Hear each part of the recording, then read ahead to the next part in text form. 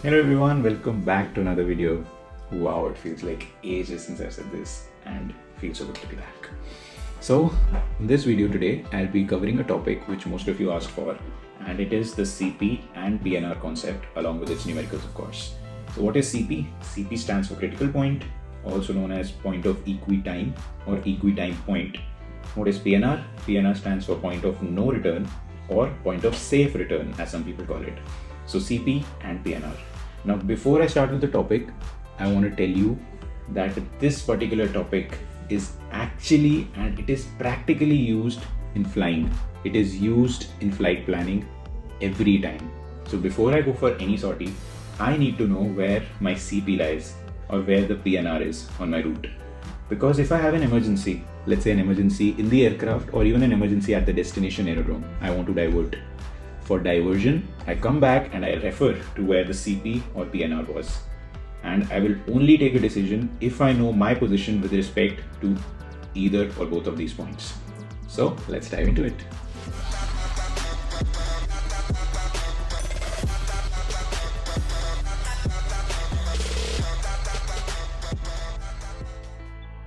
So before talking about CP and PNR, let me create two different scenarios for you. Okay? So the first one, you're flying from Mumbai to Oman on this route, and as you can see, there is no other airfield between these two places, right? So now, let's say you cross this point over here, and one of your crew members suffer a cardiac arrest. Now, as a pilot, all you have to do is to land as soon as possible, right? So where will you go? Where will you reach early? Mumbai or Oman? If it was a nil wind day, meaning if there were no winds, then this would have been a very easy question. You would have considered the midpoint between the two places, and it would have been a point from where the time to either of the two airfields would have been the same. If you had crossed the red point, you would have gone to Oman, otherwise you would have gone back to Mumbai.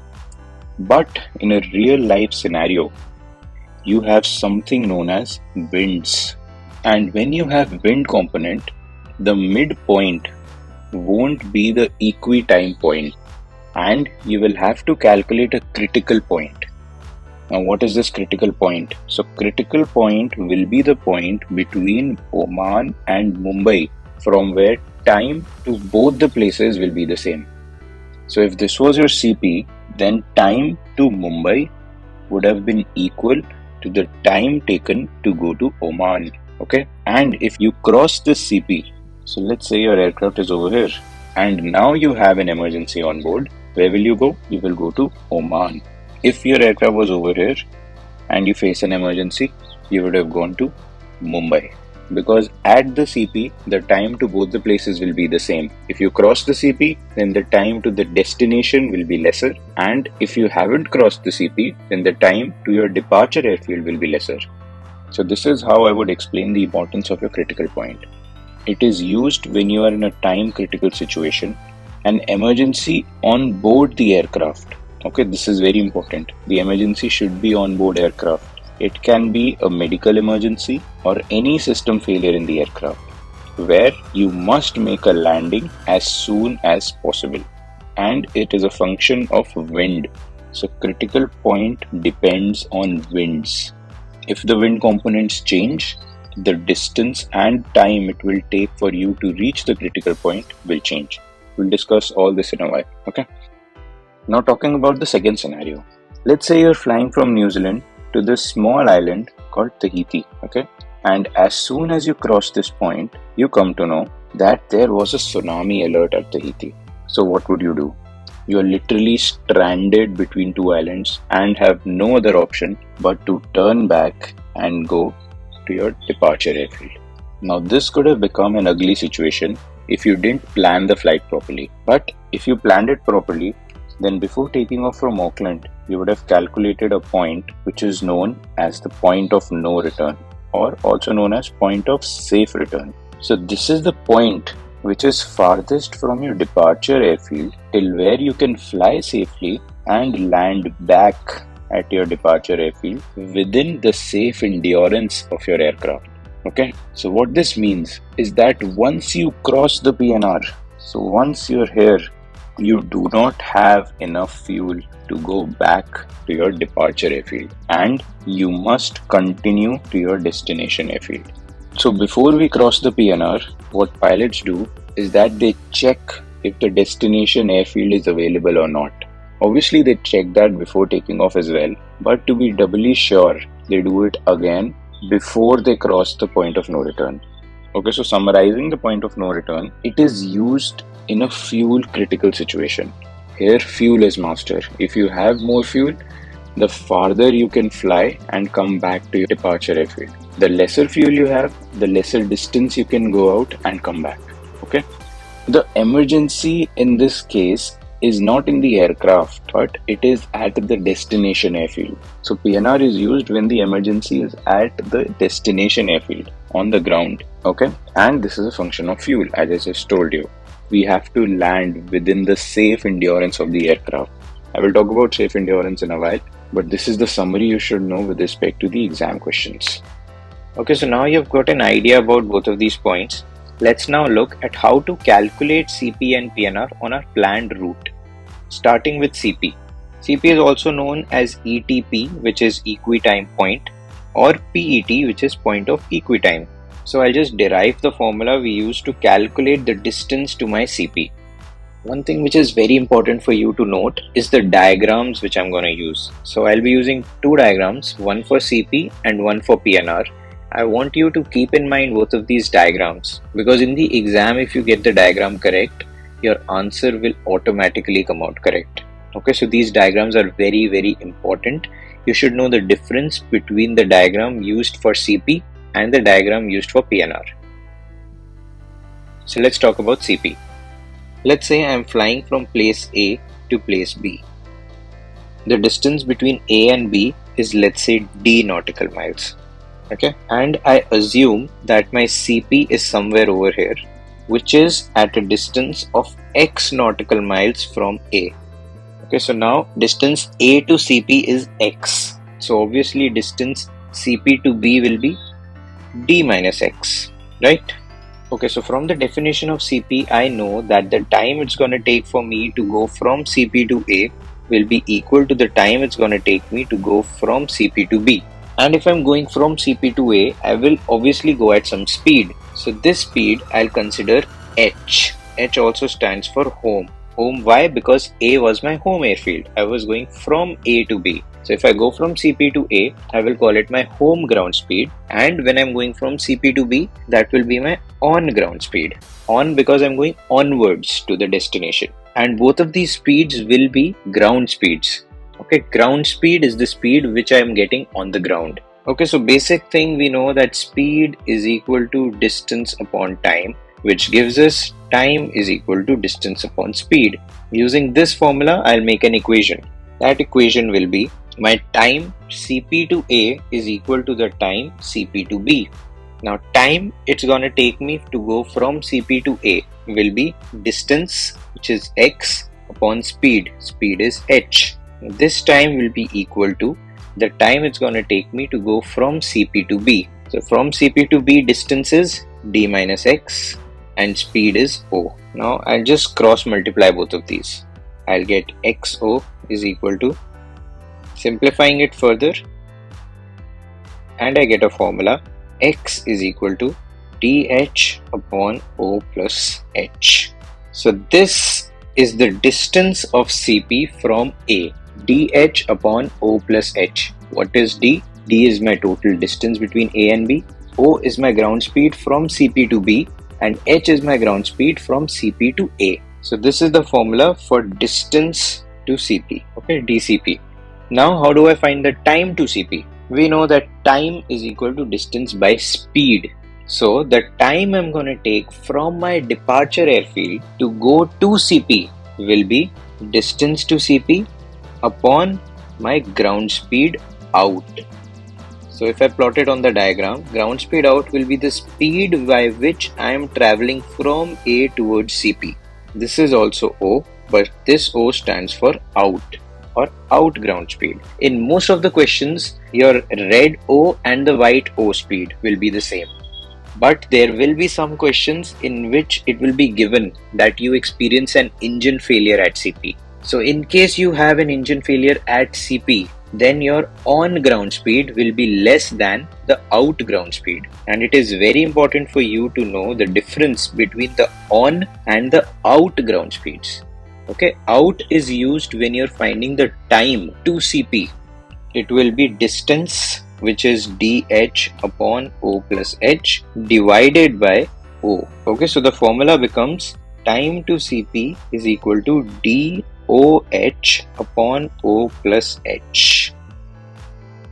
So this is the formula for time to CP, and the one in the red is the formula for distance to CP. We'll look at some numericals for better understanding. This derivation won't be asked in the exam, but if you forget the formula, you can always use this derivation to get to the formula. Perfect, so let's now look at some numericals for better understanding. Okay, so for this question, you need to know the difference between TAS and ground speed. I think we've discussed this in previous videos. Ground speed is your TAS plus or minus the wind component. Okay, so here we are given two places, let's say A and B. It is always very important to draw the diagram for CP and PNR questions, and drawing the correct diagram is the key. Okay, because both CP and PNR have two different diagrams. I'm telling this again and again because it is very important to know. So A and B, 500 nautical miles apart. Now what else do I have? I know that my TAS is 300 knots and I need to find my CP. One more thing I know is that the wind component is 60 knots head. What this means is that as I'm going from A to B, I'm getting 60 knots of headwind. 60 knots of headwind means that the winds are coming from B towards A. Okay, so now let's just plot O and H in this diagram. So O will be over here, which is my onward ground speed, and H will be from CP to A. Now how do I find my ground speeds? So ground speed out will be 300 knots minus 60 knots. Why minus 60? Because I'm getting a headwind of 60 knots. The headwind is slowing me down. So my ground speed will be less than my TAS. So this is what? 240 knots. H will be 300 knots plus 60 knots. Why plus 60 knots? Because I am going from CP towards A and this wind is pushing me towards A. So I am going at 360 knots. So my distance to CP will be DH upon O plus H. So 500 into 360 upon 240 plus 360. So the answer I got is 300 nautical miles. So the distance the CP is located from A is 300 nautical miles. Now how do I find my time to CP? I need to know the speed at which I was going out. It will be my TAS plus or minus 60 knots. So 60 knots of wind hitting me head to head. So it will be 300 minus 60 knots, 240 knots. So my time to CP is what? It is my distance to CP divided by my ground speed out. Distance to CP will be 300 nautical miles divided by 240. So the answer I get is 1 hour 25 minutes. So the distance to CP 300 nautical miles and the time to CP is 1 hour 25 minutes. Let's look at another example. So let's go one by one. Distance A to B is 360 nautical miles. Let's say our CP is over here. We know that there are two wind components. From A to B it is minus 15 and from B to A it is plus 15. So let me plot the two ground speeds, which is on and home. Okay, so writing all the data that I have. To find the ground speed, first I write my TAS, which is 180 knots. Now wind component A to B is minus 15, means that when I'm traveling in a direction A to B, I'm getting a headwind of 15 knots. That means I'm getting minus 15 knots. So my ground speed on becomes 165 knots. Similarly, let's talk about H. So for ground speed H, I'll first write my TAS, then decide either to add or subtract the wind component. So wind component B to A is plus 15 knots and from B to A will be used for my home ground speed, because CP to A is same as B to A direction. So home ground speed will get a wind component of plus 15 knots, and my ground speed home becomes 195 knots. So let's find the distance to CP. dH upon O plus H, filling the details.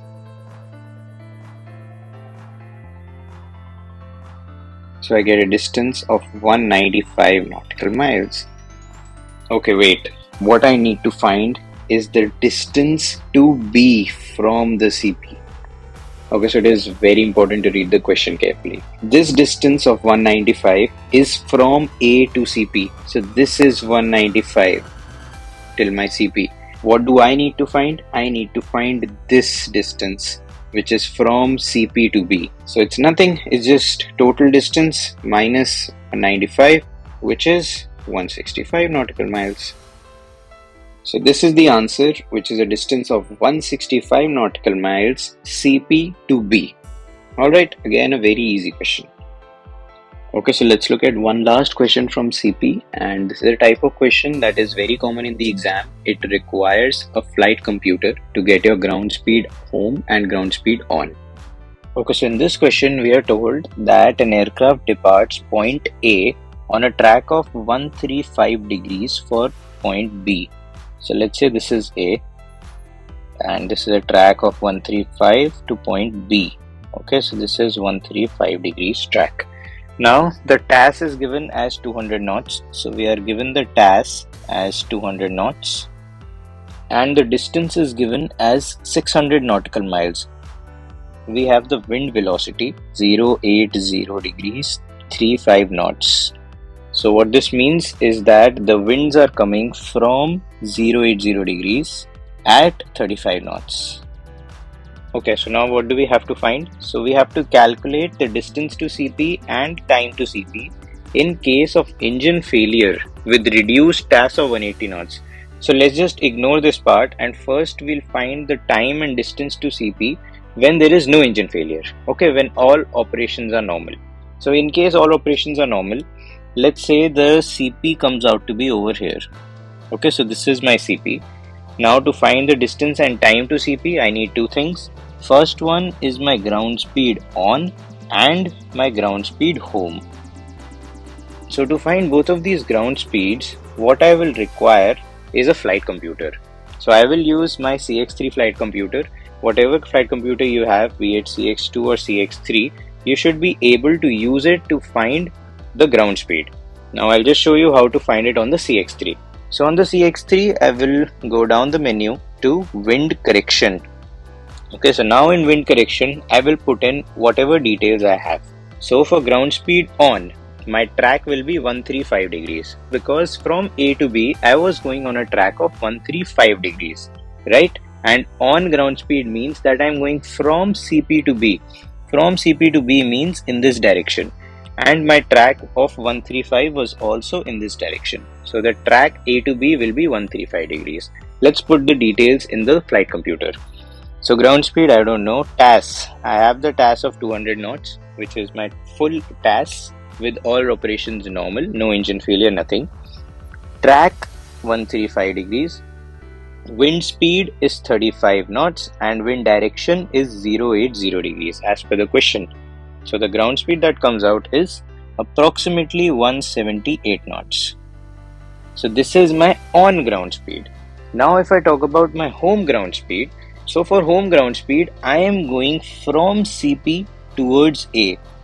So if A to B was 135 degrees, what will be B to A? So B to A will be 135's opposite. Opposite means 135 plus 180 degrees, which will be 315 degrees. Okay, so the track for my ground speed home will be 315 degrees. Let's put the details in the flight computer again. So TAS of 200 knots. Now track will be 315 degrees. 315 and wind speed remains the same, 35 knots, wind direction 080 degrees. So the ground speed I get is 218 knots. Alright, so I have all the details. Let's find the distance and time to CP. So the distance to CP is dH upon O plus H. D is 600 nautical miles. H218 upon O plus H, 178 plus 218. This comes out to be 330 nautical miles. Talking about the time to CP, so time to CP is nothing, it's just distance to CP upon my ground speed out. So my ground speed out will be same as ground speed on, because I am again traveling in the same direction, which is at 135 degrees, and my TAS is also the same. So TAS is 200 knots. So ground speed out is also 178 knots, same as ground speed on. So the time to CP will be distance to CP divided by my ground speed out, which is 178 knots. So this comes out to be 1 hour and 51 minutes. Okay, so this is my distance and time to CP when everything was normal. Normal means I did not have an engine failure. Now let's look at the second part of the question, which was actually the only part of this question. So in this it says that we have to find the distance and time to CP in case of an engine failure with a reduced TAS of 180 knots. So talking about reduced TAS. So now I have a new TAS, let's say, and that TAS is 180 knots. So what does it mean when it says that I have an engine failure? So this engine failure is assumed to be at CP. So let's say I was flying from A to B. As soon as I reach CP, I have an engine failure. Now, when I have an engine failure at CP, I have two options, either to go on or go home. So if I go onwards toward B, then my on will be a reduced ground speed. So it is called O reduced. And if I decide to go back home, then it will be my home reduced ground speed. Both of these are reduced. Why? Because from here my TAS has changed to 180 knots. From A to CP, I was coming at 200 knots TAS. Now from CP to A or CP to B, I will go at a reduced TAS of 180 knots. So these become my O reduced and home reduced. So how to find both of these ground speeds? I go back to my CXC flight computer and put in the details. So for O, I know that the track is 135, and for home, the track will be 315. So first of all, we will put TAS. This time, TAS will not be 200, it will be 180 knots. Track of 135. Wind speed remains the same, 080 at 35 knots. So my ground speed on becomes approximately 158 knots. Talking about ground speed home, so TAS 180 knots, track of 315.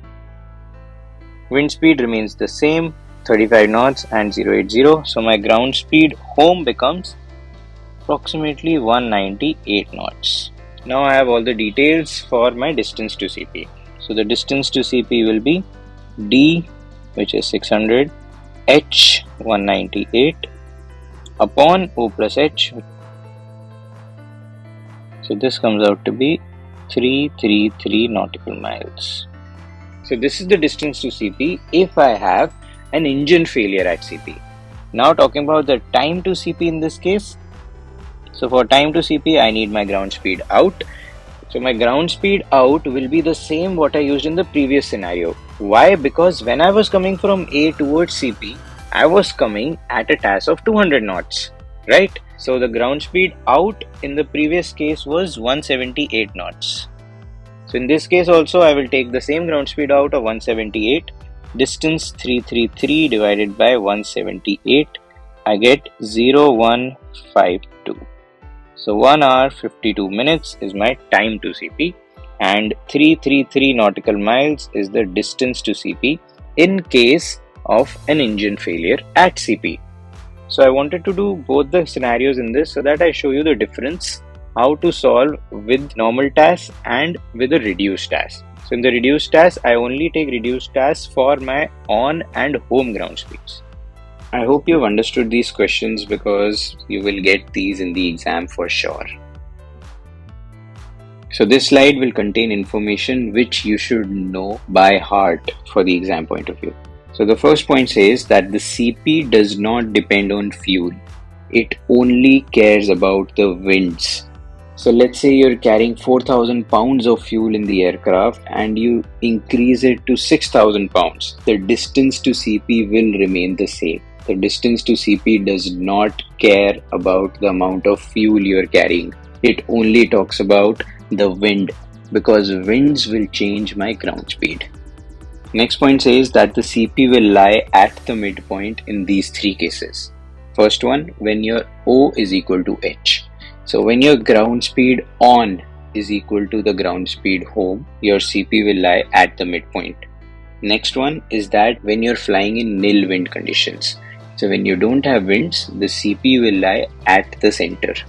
And if you have beam winds mean that let's say you're flying on a track of 360, you get winds from 090 or winds from 270. So exact 90-degree winds are known as beam winds. So in case you get beam winds, your CP will lie at the midpoint. Next point says that the CP always moves into the wind. What this means is that if we are flying from A to B and in nil winds the CP was over here, which is at the center, when you have winds from B to A, the CP will move towards B. In case you have winds from A to B, the CP will move towards A. So CP always moves into the wind. Now elaborating this further, when you had winds from B to A, what can we call that? We can call it a headwind, right? What happens in a headwind? Your ground speed decreases. So if there is a question in the exam saying that your ground speed is decreasing, where will the CP move? So the answer is CP moves towards the destination. Similarly, in case of tailwinds, your ground speed will increase, and tailwinds would mean that the winds are coming from A. Whenever winds are coming from A, your CP will move towards A because CP moves into the wind. Next one is what happens in beam winds. So in beam winds, the distance to CP remains the same, but the time to CP increases. So if you were flying from A to B, in nil winds your CP was over here. Now you have beam winds or winds exactly 90 degree to your track. The distance to CP remains the same, so the CP will remain here, but the time to the CP will increase because now you're doing extra energy to fight the wind. Now your aircraft will have to fly like this to go straight. So in layman's term, we can say that your aircraft is fighting the winds, and as it is fighting the wind, the time to CP will increase. Okay, so this slide alone would carry at least 5 marks in the DGCA, CPL or ATPL exam.